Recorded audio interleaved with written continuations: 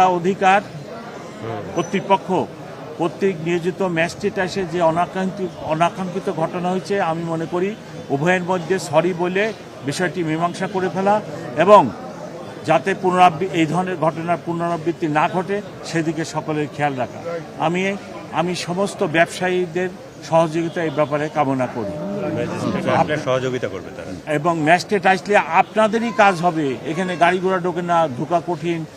আপনার ব্যবসায়ী নেতৃবৃন্দেরই কাজ হবে ওই ম্যাজিস্ট্রেটকে সহযোগিতা করা, যে কাজের জন্য উনি আসছেন সেই কাজে সহযোগিতা করা। যিনি খাদ্যে ভেজাল দেন তিনি আমাদের শত্রু, সমাজের শত্রু এবং সকলের শত্রু।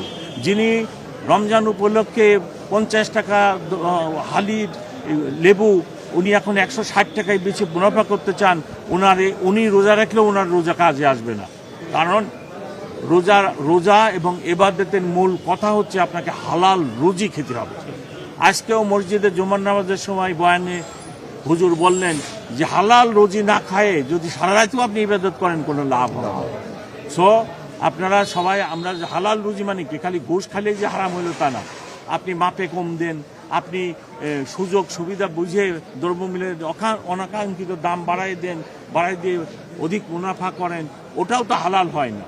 কিন্তু ওইটারও একটা রিজনেবল ব্যাপার আছে যে আপনি 50 টাকায় কিনে আনছেন, আপনি 60-70 টাকা তো বেচবেন না, আপনার মুনাফা হবে কোথা থেকে, সেইটা ঠিক আছে। কিন্তু আপনি যখনই দেখলেন বাজারে লেবুর ইয়েটা চাহিদা বেড়ে গেছে, সাপ্লাই কম, এই 200 টাকা লেবু, এটা তো হলো না।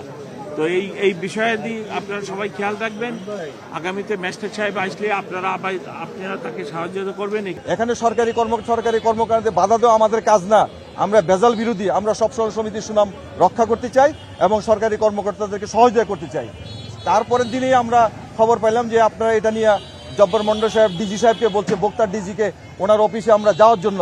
তা আমরা ওখানে গেছি পরের দিন সকালে, উনি গিয়ে ওনার সাথে আমরা কথা বলছি, ওনার সাথে আমরা মিটিং করে কথা বললাম যে আমাদের যেটা ঘটনা করছে এটা অপ্রত্যাশিত, আপনাদেরও দোষ না আমাদেরও দোষ না, কিন্তু আমাদের দোষ হলো এটা আমরা অতিরঞ্জিত হয়ে গেছে, এখন এটা কারো কাম্য ছিল না। অতএব ভবিষ্যতে আর এই ধরনের ঘটনা ঘটবে না। আপনারা আপনাদের মনিটরিং চালায়া যান, আমরা আমাদের পক্ষ থেকে 100% সহযোগিতা করব ইনশাআল্লাহ।